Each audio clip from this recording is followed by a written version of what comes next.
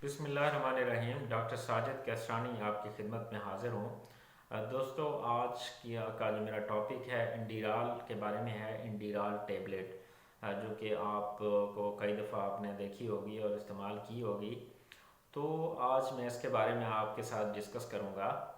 तो जिन दोस्तों ने चैनल सब्सक्राइब नहीं किया, आपसे गुजारिश है कि चैनल सब्सक्राइब कर लें और बेल आइकॉन प्रेस कर लें ताकि आपको लेटेस्ट जो वीडियोस हैं वो मिलती रहें।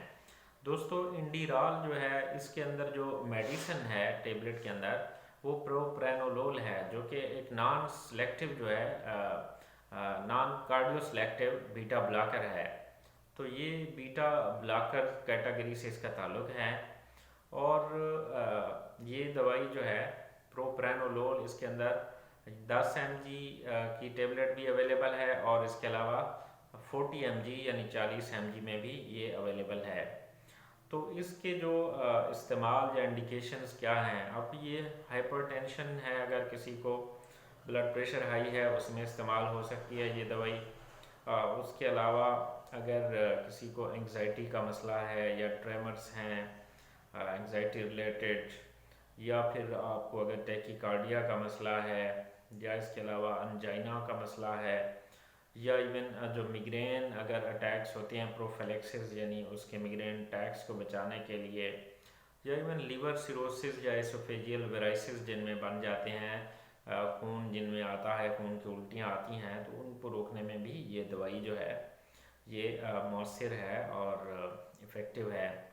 तो इसकी जो डोज़ है वो आप 80 मिलीग्राम से 160 milligram, 80 to 160 milligram per day आप डिवाइडेड डोजेज में आप इसको दे सकते हैं आप। अब इसकी जो कंट्राइंडिकेशंस जो हैं या कौन से पेशेंट्स हैं जो इसको इस्तेमाल नहीं कर सकते, उसमें एक तो जो दमे के मरीज़ हैं, ब्रोंकियल अस्थमा के जो पेशेंट्स हैं, वो ये दवाई इस्तेमाल ना करें, क्योंकि ये अस्थमा के मरीज़ों के लिए जो है उनकी सांस की नालियों को ये बंद कर देगा और उससे उनकी जो सांस की तकलीफ़ है वो बढ़ जाएगी।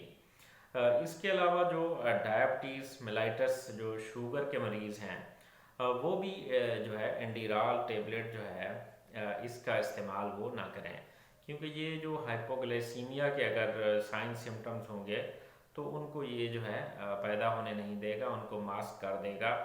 और इस तरह अगर किसी का शुगर लेवल अगर कम हो जाएगा तो उसका पता नहीं चलेगा अगर वो एंडीराल इस्तेमाल कर रहा होगा। तो अदरवाइज़ बाकी ये एक सेफ ड्रग है और इसमें जो है कोई इसके अलावा और कोई इसका ज़्यादा प्रॉब्लम नहीं है इसके साथ। तो अगर आपको मेरी वीडियो अच्छी लगे तो मेरा चैनल सब्सक्राइब करें, बेल आइकॉन प्रेस करें और लाइक्स, कमेंट और शेयर करना ना भूलिएगा। शुक्रिया।